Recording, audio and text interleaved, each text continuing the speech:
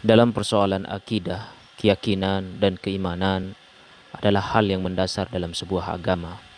Padahal sesuatu yang diyakini belum tentu agama. Sebaliknya, orang-orang beragama sering tidak memiliki keyakinan apa-apa. Mereka hidup seolah-olah hanya mengikuti keinginan-keinginan yang manusiawi yang ditimbulkan daripada nafsunya, sehingga begitu mudahnya setan mengendalikan hidupnya yang menyeret seorang, bisa jadi memposisikan setan sebagai pedoman ideologis ketuhanan. Maka dalam hal ini kita akan mengkaji masalah akidah, keyakinan, dan keimanan. Mari kita mulai.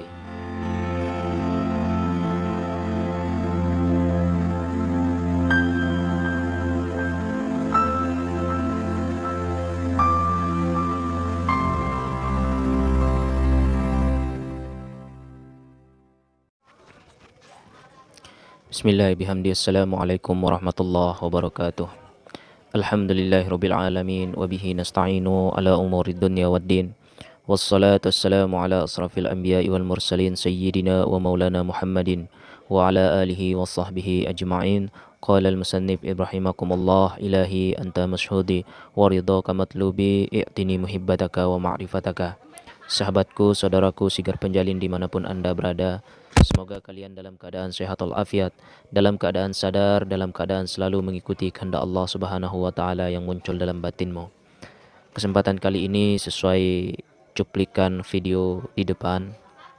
Kali ini kita akan membahas atau kita akan mengkaji daripada hakikat sebuah akidah yang menimbulkan daripada keyakinan serta muncullah sebuah keimanan. Bismillahirrahmanirrahim.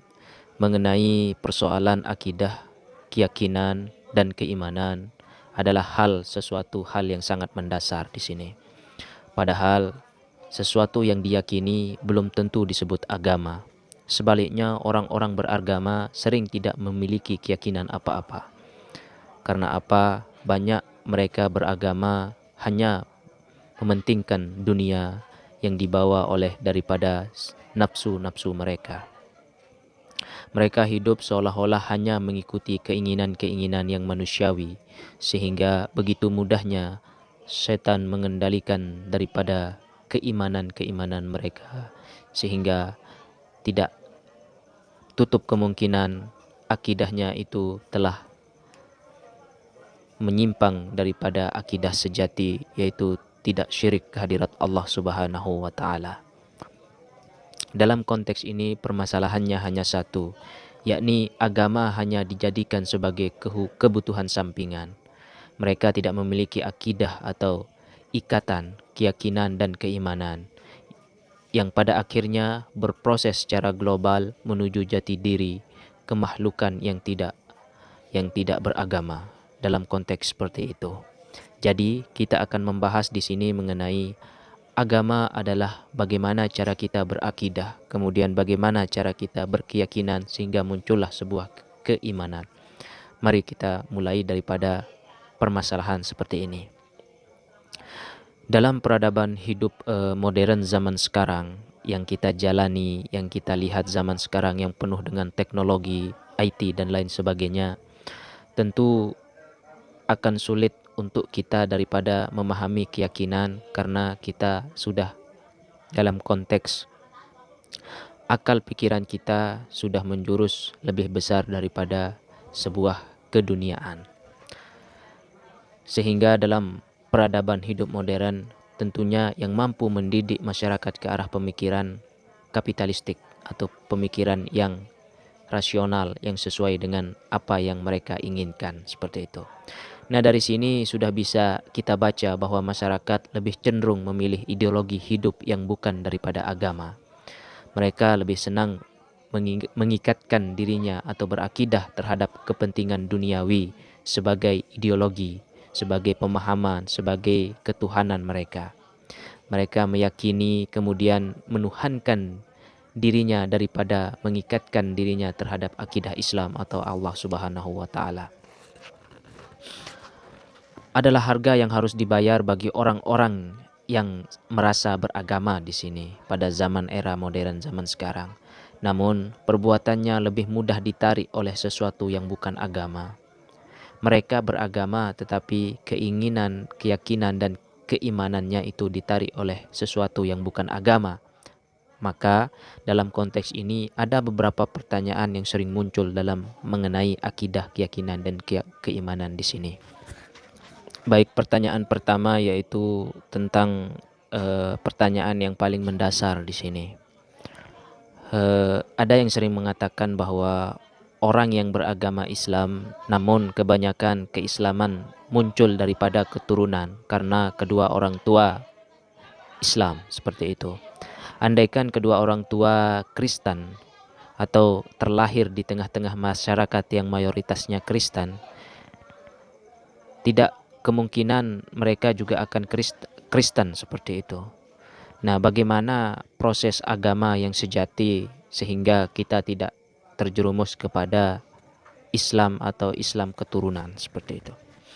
Baik, ini merupakan sebuah pertanyaan atau sebuah pertanyaan yang sangat-sangat mendasar, dan saya pun menyadari bahwa kondisi agama yang lahir karena kebetulan itu memang sangat-sangat labil di sini ya. Sangat labil bila tanpa disertai dengan pembelajaran tentang bagaimana kiat-kiat dalam mempelajari atau menerapkan atau mempraktikkan sebuah agama dalam kehidupan kita ini. Jadi, untuk memahami agama yang benar, di sini seorang harus paham daripada yang paling utama yaitu ilmu usuluddin. Ilmu usuluddin itu membahas daripada pokok-pokok ajaran agama yang menjurus kaitannya nanti dari ilmu syariat, kemudian masuk ke dalam ilmu tarekat, kemudian masuk ke dalam ilmu hakikat dan masuk ke dalam ilmu ma'rifat. Maka muncullah sebuah akidah yang suci seperti itu. Apa yang dimaksud daripada ilmu usuluddin atau pokok-pokok ajaran agama yang wajib diketahui itu? Nah, di sini dalam konteks pelajaran yang dikaji dalam ilmu usuluddin yaitu bagaimana cara kita mempelajari tentang Allah Subhanahu wa taala dalam konteks zahir maupun gaib, supaya keyakinan kita itu melekat sepenuhnya kepada Allah Subhanahu wa taala dan tidak keyakinan itu melekat kepada dunia seperti itu. Percaya kepada malaikat, percaya kepada nabi, percaya kepada rasul, percaya kepada hari kiamat dan lain sebagainya. Intinya rukun iman itu sendiri. Sehingga kita menjadi sempurna dan manusia menjadi manusia yang tercerahkan seperti itu. Jadi yang disebut daripada akidah atau ikatan atau keyakinan sehingga muncul sebuah keimanan Islam itu adalah sebenarnya merupakan daripada dasar daripada ilmu tauhid.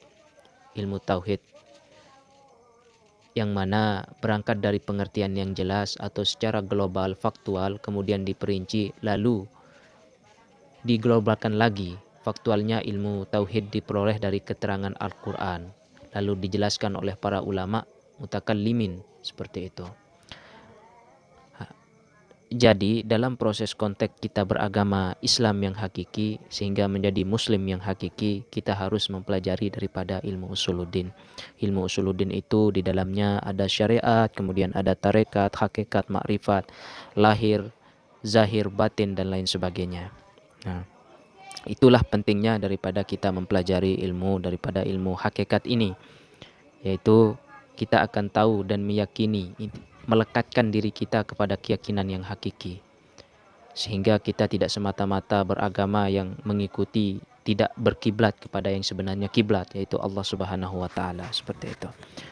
Mungkin hanya ini dulu saudaraku. Mungkin apabila ada sebuah pertanyaan yang dilontarkan kepada kami kru Sigar Penjalin, mohon memberikan sebuah pertanyaan yang baik dan sopan, karena semoga Allah Subhanahu wa taala memberikan rahmatnya kepada kita sekalian.